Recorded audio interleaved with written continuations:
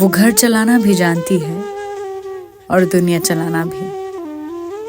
वो अपने जज्बातों को संभालना भी जानती है और दुनिया के अजाबों का सामना करना भी।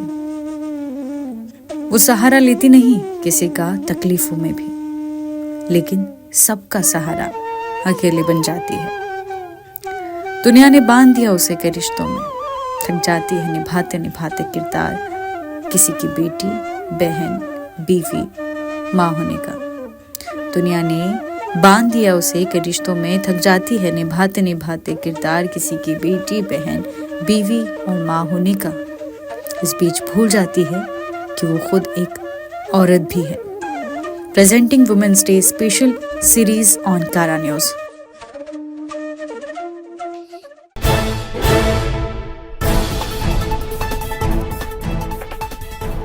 नमस्कार दर्शकों, मैं माहिन पठान। इस साल फिर हम लोग हाजिर हुए हैं वुमेन्स डे स्पेशल सीरीज के साथ में, और इस सीरीज की शुरुआत में कर रही हूँ डिवाइन डेवलपर्स के डायरेक्टर मिसेस सविता त्यागी मैम। एक ऐसी महिला जिन्होंने नागपुर शहर की रियल एस्टेट इंडस्ट्री में कदम रखा था पहली बार। उसके बाद से इस इंडस्ट्री में महिलाओं के लिए स्कोप खुल गया, महिलाओं को अवसर मिलने लग गए, महिलाओं में कहीं ना कहीं एक हिम्मत पैदा हो गई कि हाँ, इस इंडस्ट्री में भी हम काम कर सकते हैं, हम अपने आप को सशक्त बना सकते हैं। तो उनकी जर्नी कैसी रही, कुछ खट्टे मीठी यादें हैं उनकी इस पूरे 21 साल की जर्नी में जो रियल एस्टेट इंडस्ट्री में उन्होंने अनुभव की है। तो इस वुमेन्स डे पर उनकी खास कहानी उन्हीं की जुबानी हम जानते हैं। सबसे पहले तो सविता मैम, आपका स्वागत है कारा न्यूज के स्पेशल एपिसोड में। हम आपकी दिलचस्प कहानी हम जानना चाहेंगे, उस दौर से आपने शुरू किया आज से ठीक 21 साल पहले, जब रियल एस्टेट इंडस्ट्री में महिलाओं का दूर दूर तक नाम नहीं था। हाँ, कैसे मन में आया आपके कि मैंने इस इंडस्ट्री में कदम रखना चाहिए? कौन सी चुनौती आपने जो है गुजरा है आप उससे, वो सारी बातें। ओके, सबसे पहले दर्शकों को मेरा नमस्कार। नागपुर वासियों को बहुत बहुत मेरी तरफ से शुक्रिया, जो मुझे यहाँ तक पहुँचाने का उनका ही काम है, नहीं तो मैं अकेली नहीं पहुँच सकती थी। क्योंकि मैं यूपी से हूँ मैम, और यूपी से आने के बाद मैं नागपुर में यानी रियल एस्टेट का बिजनेस करना मेरे लिए भी थोड़ा यही टफ था। और पहली बार कर रहे हैं तो लोग उस दृष्टि से नहीं देखते थे, लेडीज को थोड़ा अलग दृष्टि से देखते थे पहले। अभी तो फिर भी थोड़े प्रोफेशनलिज्म से दिखने लग गए हैं, पहले थोड़ा अलग ही वे से दिखते थे हम लोगों को। तो वो भी मुझे थोड़ा सा लगा कि थोड़ा टफ है, करूँगी या नहीं करूँगी, लेकिन मैं कर पाई। ये मुझे अच्छा लगा कि मैंने शुरू किया तो अच्छा ही हुआ, बहुत अच्छा मेरे को रिस्पॉन्स मिलता गया। और मैं नागपुर में अभी समझो 18 लेआउट मेरे हो चुके हैं कंप्लीट। इस साल में 18 लेआउट पर और अपनी मोहर लगाई है। हाँ जी, और एक ये मुझे अच्छा लगता है कि जो मेरे क्लाइंट हैं वो सब खुश हैं अपने काम से, सर्विस देते हैं हम सब उनको। जो पेपर वगैरह है हमारा सब क्लियर टाइटल देते हैं। तो अभी जो हमारे प्रोजेक्ट चल रहे हैं, एक वानाडोगरी में नया प्रोजेक्ट रेरा रजिस्ट्रेशन वाला है, जिसमें हमने सारे उनको रोड, रास्ते, सीमेंट रोड वगैरह जो भी फुल डेवलपमेंट होता है वो सभी हमने करके दिया है। तो उससे कैसा होता है, कस्टमर को एक ये मिल जाता है जैसे उसको घर बनाना है। पहले क्या होता था मैम कि कोई भी सोसाइटियाँ रहती थी तो वो ना तो रास्ते बनाती थी और वो प्लॉट डाल देती थी। तो जब कस्टमर घर बनाने के लिए आता था तो उसके लिए ना तो बिजली की सुविधा होती थी, ना उसको पानी की सुविधा होती थी, ना रोड रहते थे, कुछ भी नहीं रहता था वहाँ पे। मतलब उनको बड़ा स्ट्रगल करना पड़ता था। अभी हमारे यहाँ जो हमारी गवर्नमेंट है, मैं थोड़ा सा दूंगी, जैसे अपने यहाँ की सरकार है, महाराष्ट्र सरकार है, या फिर हम मोदी को भी बोल सकते हैं, मोदी जी को भी बोल सकते हैं, कि उन्होंने हमारे जो रियल एस्टेट के जो नियम बनाए मैम, वो बहुत ही अच्छे और बहुत ही बेस्ट बनाए हैं कि कस्टमर कभी भी वहाँ डूबेगा नहीं अब।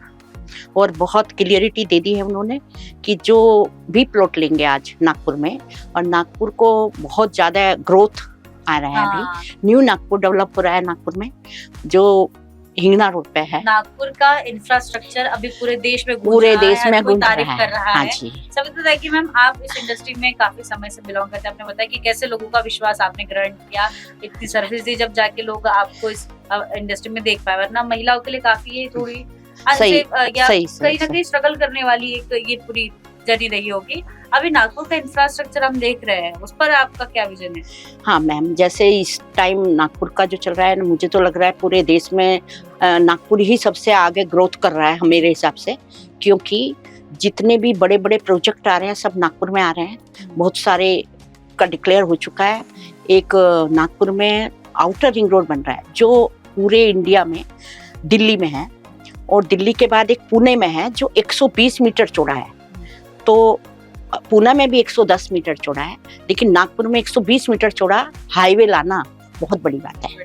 हाँ, उसके लिए और एक फिर न्यू नागपुर को डेवलप करने के लिए, और इंफ्रास्ट्रक्चर जो नागपुर का बहुत बड़ा लेवल पे आ रहा है, तो उसके लिए हमारा जो फायदा हो रहा है, यानी कि हम लोगों को, डेवलपर लोगों को जो क्लाइंट बेस है, हाँ, मतलब वो ऑटोमेटिक मिल रहा है। इंडस्ट्री में इसका फायदा हो रहा है, बहुत फायदा हो रहा लोग है, इसके तरफ प्रभावित हो रहे हैं, नागपुर की बहुत तरफ प्रभावित हो रहा है। वो रियल है मैम, जितना जल्दी यहाँ ग्रोथ हो रहा है और जितना रेट नागपुर में बढ़ रहा है, शायद मुझे नहीं लगता इतना जल्दी कहीं ज्यादा बढ़ रहा होगा इस टाइम। हाँ, नोएडा वगैरह में बढ़ा है मैम, वो भी है, वहाँ का भी जैसे गुड़गांव है, नोएडा है, इन सिटीज में भी अच्छा बहुत ज्यादा ये क्या, शायद मुझे लगता है आने वाले टाइम में नागपुर भी इसी तरह का एक बहुत अच्छा डेवलप सिटी के रूप में, स्मार्ट सिटी डेवलप, और उसी रास्ते पर फिलहाल हम हैं, चलेंगे। हम बात ये कर रहे थे कि वुमेन्स डे पर हम आपकी कहानी इससे प्रेरित होकर हम बात कर रहे थे। हाँ ताकि मैम हम आपकी इंडस्ट्री के बारे में बहुत सी बातें हैं, हाँ जी, समाज में हम देखा जाए अभी फिलहाल जो स्थिति है, काफी महिला यहाँ पर काम कर रही है इस इंडस्ट्री में। तो इस इंडस्ट्री में महिलाओं के लिए क्या अवसर है, क्या अपॉर्चुनिटीज उनको मिलती है, कितना स्कोप है, मैं ये जानना चाहूँगी। देखिए मैम, जैसे महिला बात करती है कभी भी कोई भी इंडस्ट्री में, आपने देखा होगा बहुत जगह पे रिसेप्शनिस्ट हम लड़कियों को रखते हैं। एक नम्रता होती है लड़कियों में, जी जी, जो क्या होता है, एक कहते हैं ना पहला इम्प्रेशन और लास्ट इम्प्रेशन, ऐसा बोला जाता है। तो जैसे लड़की को काउंटर पे बैठाते हैं तो वे बात करती है, कस्टमर आता है उससे बात करता है तो वो एक अच्छे लहजे में बात करती है। हर आदमी चाहता है कि मैं उससे प्यार से बात कोई करे मुझसे भी, तो वो उसी तरह से जवाब भी देते हैं। क्या रहता है, वो जो महिला को जो सुनना चाहता है, हर आदमी सुनना चाहता है, पसंद करता है महिला को, क्योंकि महिला में एक ऐसी शक्ति है कि जो सबको अपनी तरफ से प्रभावित करती है। और उसके बाद क्या होता है, जो सामने वाला है, जैसे मान लिया हमारे यहाँ रिसेप्शनिस्ट रहती हैं, क्लाइंट आते हैं, उनको कन्विंस करते हैं, वो बताते हैं, तो वो अच्छे से समझाती है, सुना अपना जो है सब बताती हैं। क्या होता है, वो जो भी जेंट्स आते हैं थके हारे आते हैं, हमारा तो बिजनेस ऐसा है कि शाम को आएंगे, वो ज्यादातर तो शाम को आते हैं। हमारा बिजनेस एक तरह से रात को स्टार्ट होता है। अच्छा। क्योंकि जब फ्री हो जाते हैं तो मीटिंग करने के लिए वो रात को ही आते हैं 6 बजे के बाद। एक ऐसा मुद्दा है जिसमें रिलैक्स होकर इंसान काम हाँ, तो एकदम जल्दी में तो करेगा नहीं कि भाई थोड़ा सा अमाउंट है तो चलो हम चलते हुए ले ले कुछ, ऐसा तो होता नहीं है। बड़ा अमाउंट है और उसका जो अमाउंट रहता है पूरी जिंदगी की कमाई को वो एक जगह लगाना है, तो सोच समझ के फिर वो पहले मिलने के लिए आता है, फिर अपनी वाइफ को लेके आता है। तो जो महिलाएं हैं उनसे वो जो बातें करते हैं ना, तो वो जल्दी भी कन्विंस होते हैं और उनको सही एक समझते हैं वो। अच्छा। ये झूठ नहीं बोल रही होगी। जेंट्स लोग कैसे थोड़ा बहुत घुमा देते हैं। हाँ। तो लेडीज में थोड़ा भरोसा ज्यादा करते हैं, औरत को सच्चा मानते हैं और नम्र माना जाता है। लेडीज को इतने ज्यादा घुमाना फिराना भी नहीं आता है, तो लेडीज का एक अलग ही स्टेटस है रियल एस्टेट में। महिला की जो कुछ नेचर कहेंगे, वो जल्दी ग्रो कर रही है। मान लिया अभी तक नहीं कर रही थी, लेकिन अभी करेंगी वो, क्योंकि अभी पढ़ी लिखी महिलाएं आ रही हैं, MBA आ रही है, इंजीनियर आ रहे हैं, सभी तरह की महिलाएं हमारे बिजनेस में।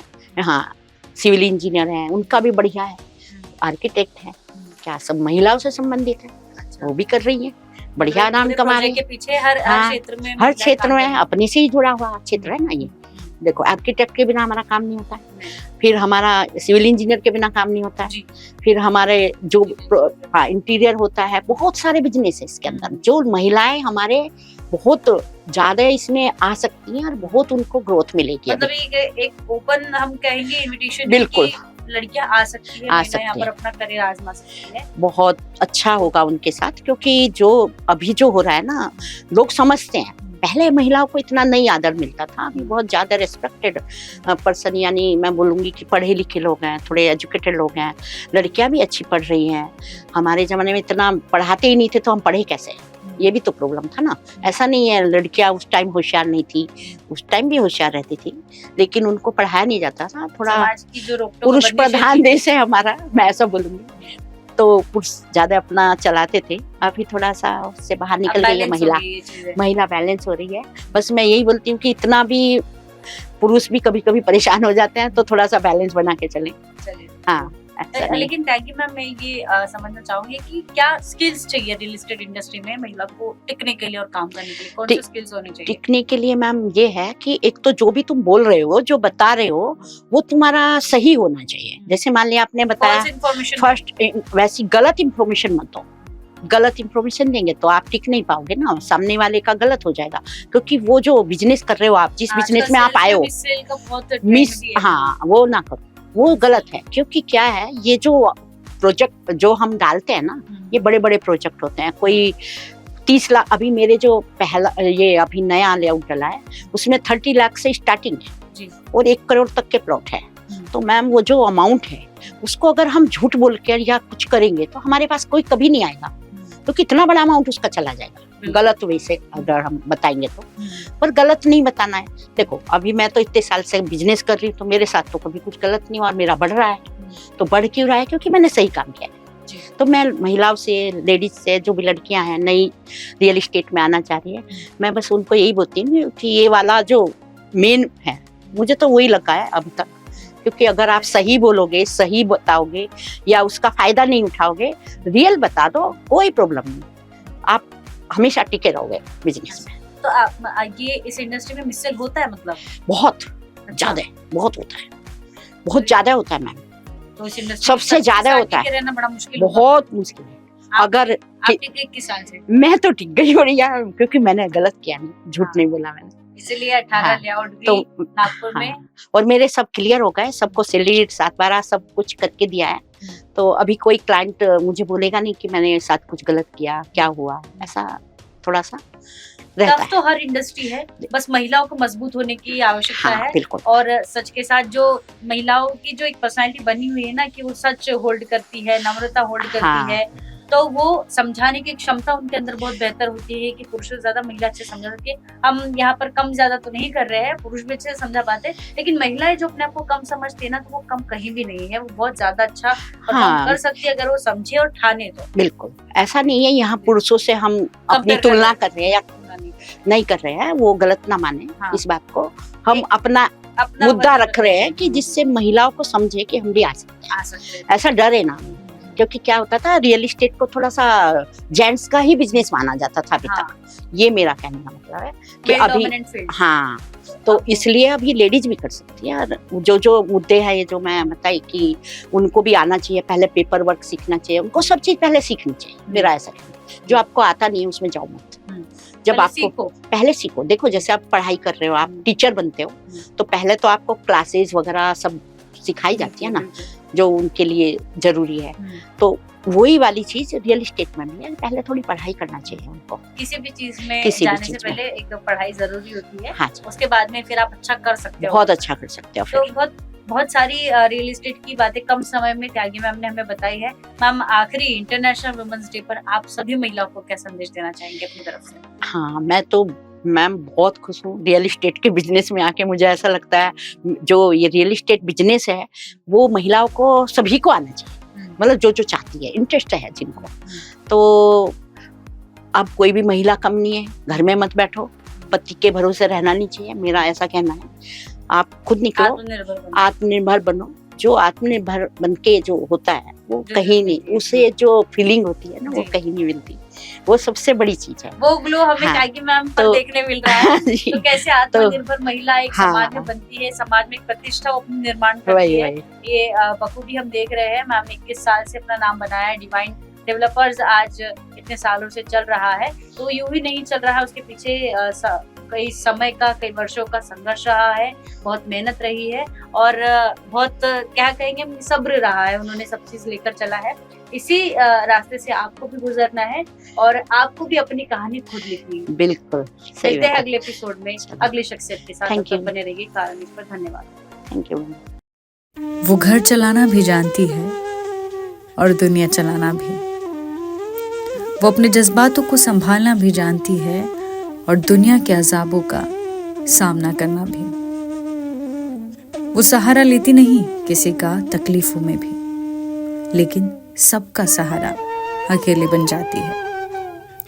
दुनिया ने बांध दिया उसे कई रिश्तों में, थक जाती है निभाते निभाते किरदार किसी की बेटी, बहन, बीवी, माँ होने का।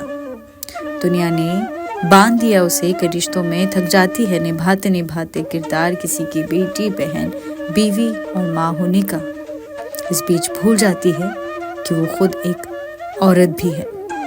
Presenting women's day special series on Kara news.